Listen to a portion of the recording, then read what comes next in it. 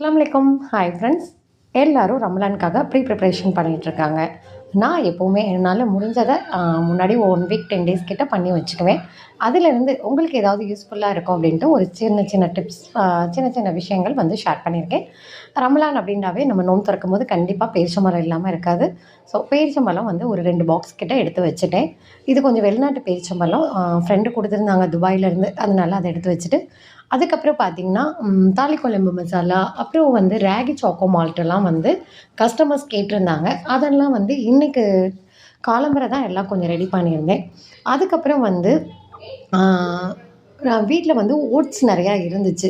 சரி, ஓட்ஸை நம்ம ப்ரிப்ரேஷனாக கொஞ்சம் ஏதாவது ஓட்ஸ் தோசை மிக்ஸ் மாதிரி ரெடி பண்ணி வச்சுக்கலாம் அப்படின்ட்டு பண்ணியிருக்கேன். இது கண்டிப்பாக எல்லாத்துக்குமே யூஸ்ஃபுல்லாக இருக்கும். ஓட்ஸை நல்லா வறுத்து நம்ம மிக்ஸி ஜாரில் அரைச்சி வச்சுக்கிறது. அதுக்கப்புறம் பார்த்திங்கன்னா பட்டை, கிராம்பு, பிரியாணி மசாலா, அது கொஞ்சம் எப்போவுமே பிரியாணி மசாலா இல்லைன்னா நமக்கு சரியாக வருமா?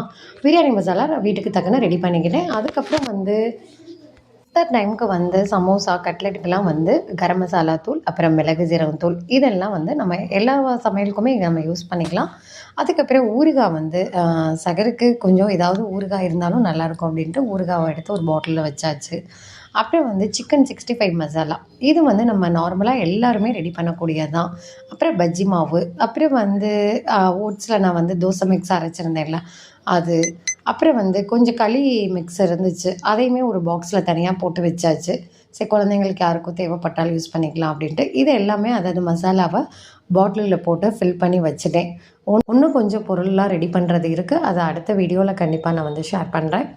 இந்த மாதிரி ஏதாவது உங்களுக்கும் ஐடியா வந்துச்சுன்னா நீங்களும் கமெண்ட்டில் ஷேர் பண்ணுங்கள்.